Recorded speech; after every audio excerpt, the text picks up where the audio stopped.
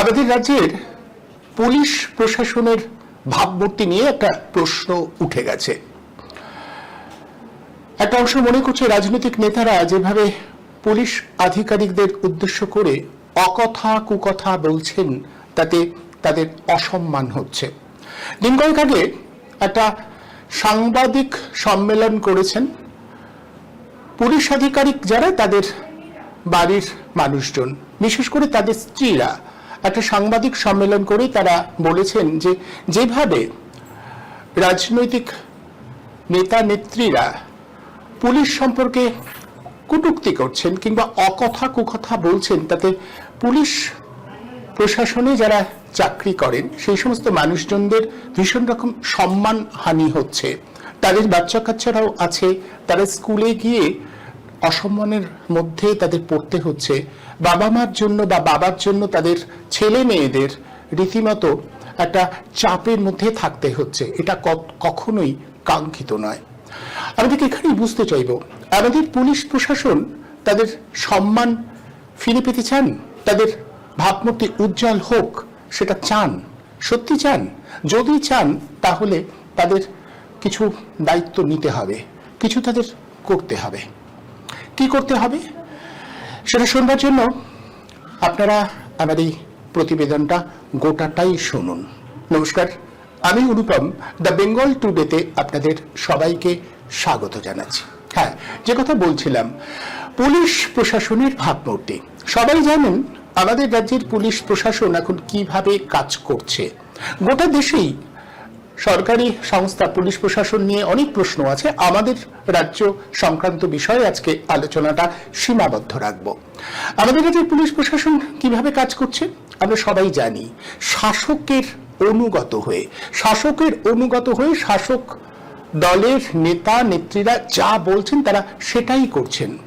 আমার ঠিক এখানেই প্রশ্ন, পুলিশ প্রশাসন তাদের ভাবমূর্তি যদি উদ্ধার করতে চান, পুলিশ প্রশাসন যদি তাদের ভাবমূর্তিকে বজায় রেখে কাজ করতে চান, তাহলে তাদের কিছু কাজ করতে হবে। কাজটা হচ্ছে তাদের যে রুল বুক আছে, তাদের যে গাইডেন্স আছে, তারা যে নিয়ম মাফিক কাজ করবেন, তারা যে কোনো রাজনৈতিক দলের নয়, সেটা তাদের প্রমাণ করতে হবে। আর প্রমাণ করবার জন্য তাদের শির দ্বারা একটু সোজা রাখা দরকার। কিন্তু মুশকিল হচ্ছে ঠিক এই সময় শির দ্বারা কি কারোর সোজা আছে? ভেবে দেখুন, পুলিশ আধিকারিকদের স্ত্রীরা এক জায়গায় সমবেত হয়ে সাংবাদিক সম্মেলন করে বলছেন বিরোধী দলনেতা, এরা যে বিরোধী দলনেতা, তিনি যেভাবে পুলিশ আধিকারিকের সম্পর্কে অকথা কুকথা বলেছেন সেটা খুব অসম্মানের। এই ধরনের কথা কখনো বলা উচিত না, কারণ পুলিশ প্রশাসনই রাজ্যের আইন শৃঙ্খলা বজায় রাখে, তারাই মানুষের সুখ দুঃখে সাথী হয়, তারাই মানুষকে বিভিন্ন বিপদ আপদ থেকে রক্ষা করে। ঠিকই তো, তেমনটাই করার কথা ছিল। তো এই সাংবাদিক সম্মেলন করে এই সমস্ত মানুষজনেরা, এই মহিলারা যদি বলতেন যে পুলিশ প্রশাসন নিরপেক্ষভাবে কাজ করবে, শাসক দলের দিকে আঙুল তুলেও যদি বলতে পারতেন আপনারা দলীয় আগ্রাসনের বাইরে পুলিশ প্রশাসনকে বের করতে দিন বা বের করে আনুন। পুলিশ প্রশাসন কখনো রাজনৈতিক দলের নয়, তারা সরকারের, সাধারণ মানুষের ট্যাক্সের পয়সায় পুলিশ প্রশাসনে যারা কাজ করেন, যারা আধিকারিক, তাদের মাসোয়ারা হয়, সাধারণ মানুষের সার্ভিস দেবেন। এবং এই জন্য আমাদের সংবিধানের রীতি অনুযায়ী পুলিশ প্রশাসনের আলাদা ব্যবস্থা আছে, তাদের কি কি করণীয় সেগুলো আছে, অথচ তারা শোনেন না। তো শাসক দলের কথায় তারা ওঠেন বসেন। তাই ভাবমূর্তি যদি রক্ষা করতে হয়, সত্যি যদি তারা সম্মান ফিরে পেতে চান, তাহলে তাদের সবার আগে যেটা করতে হবে একেবারে আইন মেনে কাজ করা, কোন নেতা নেত্রীদের নির্দেশে কাজ করা নয়, আইন মেনে কাজ করতে হবে। অবশ্যই সেই আইন মেনে কাজ করতে গেলে যদি রাজনৈতিক নেতা নেত্রীরা তাদের অকথা কুকথা বলেন, তার বিরুদ্ধে সোচ্চারে প্রতিবাদ করার অধিকার তাদের আছে। নিঃসন্দেহে সাংবাদিক সম্মেলন করে তারা বলতে পারতেন যেভাবে শাসক দলের নেতা অনুব্রত মণ্ডল পুলিশ প্রশাসনকে কুকথা বলেছে, তার বিরুদ্ধে তারা নিন্দা জানাচ্ছেন। তারা বলতে পারতেন যে শাসক দলের যে নেতা ওই কোন একটা থানায় চড়াও হবার ফলে পুলিশ আধিকারিককে টেবিলের নিচে আশ্রয় নিতে হয়েছিল, তার নিন্দা করছেন তারা। আমরা বারবার করে দেখছি বিভিন্ন ক্ষেত্রে পুলিশ একেবারে দলের সাথে একাত্ম হয়ে যাচ্ছে। এইভাবেই তো পুলিশের সম্মানহানি হচ্ছে। আজ আমি যখন এই কথাগুলো বলছি, ঠিক সেই সময় খবর পেলাম যিনি গবেষণা করেন তাকেও পুলিশ আচমকাই গ্রেপ্তার করেছে। একেবারে শাসক দলের নির্দেশে, শাসক দলের অঙ্গুলি হেলনে, শাসক দলের নির্দেশে এরকম কাজ কেন করেন পুলিশ? আমরা আমাদের অভিজ্ঞতাতে জানি প্রত্যেকটা থানায় থানায় পুলিশ প্রশাসন স্থানীয় নেতাদের কথায় ওঠা বসা করে। তাহলে যদি এমনটা হয়, কিসের সম্মান দাবি করছেন আপনারা? কিসের ভাবমূর্তি দাবি করছেন আপনারা? আমি দেখলাম তৃণমূল কংগ্রেসের একজন মুখপাত্র তিনি কিসব কথাবার্তার জন্য বলছেন। একটা সাংবাদিক সম্মেলন হয়েছে, অবশ্যই সেই সাংবাদিকরাও বিশেষ উদ্দেশ্য নিয়ে গেছিলেন সেখানে, কারণ এই সমস্ত সাংবাদিকদেরও আমি চিনি, তারা একটা দলভুক্ত, একটা দলের হয়ে কাজ করে, কোনো সন্দেহ নেই। কিন্তু প্রশ্ন হচ্ছে যে পুলিশ প্রশাসন কি সত্যি নিরপেক্ষভাবে কাজ করে, নিরপেক্ষভাবে কাজ করতে পারছে? পুলিশ প্রশাসনকেই এটা ভাবতে হবে। পুলিশের একেবারে উচ্চপদস্থ আধিকারিক ডিজি পর্যায়ে, ভাবুন তো এই মুহূর্তে রাজ্য পুলিশের একেবারে সর্বোচ্চ পদে তাকে, তার নাম করে উল্লেখ করেছিলেন অনুব্রত মণ্ডল, যে তার নাম করেই বলছে যে তুমি এই পুলিশ আধিকারিককে এখান থেকে সরাবে না, তাকে বলছে। আমরা তো এখনো পর্যন্ত শুনিনি যে সেই পুলিশ অফিসার পরিষ্কার এটা জানাচ্ছে যে না, আমাকে সেদিন ফোন করা হয়নি, আমি ওই ফোনটায় ছিলাম না, এটা বলতে পারেননি তিনি। অর্থাৎ বোঝা যাচ্ছে কোথাও পুলিশের সঙ্গে নেতাদের একটা যোগাযোগ আছে, নোংরা ইতর শ্রেণীর নেতাদের যোগাযোগ।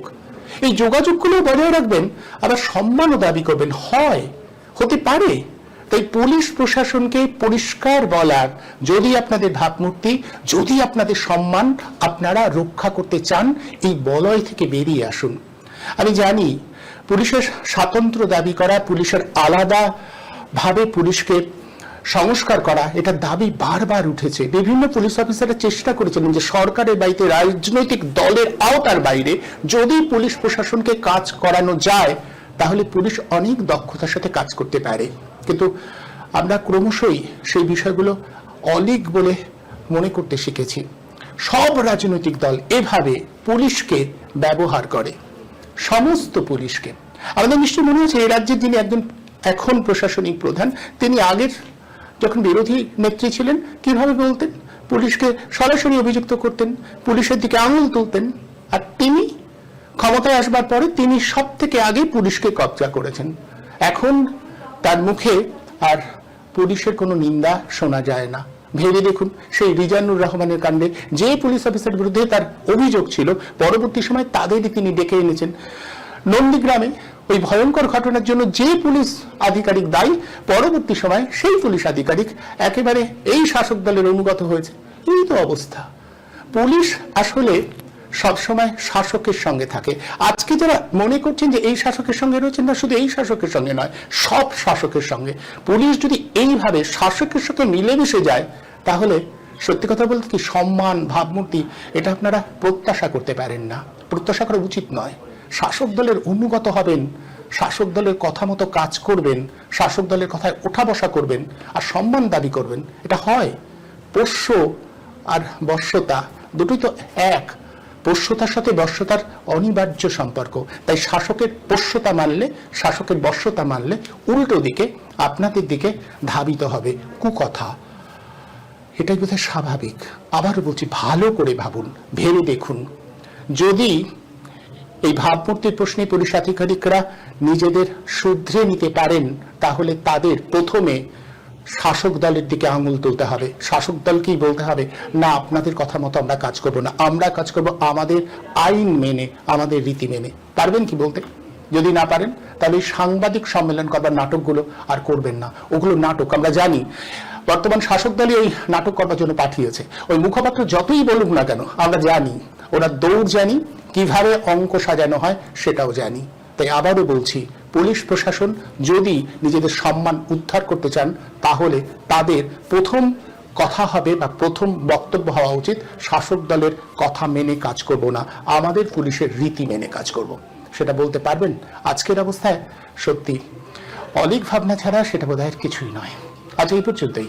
দেখা হবে অন্য একটা ভিডিওতে। আমাদের কমেন্ট বক্স খোলা থাকে, অবশ্যই আপনাদের মতামত জানাবেন।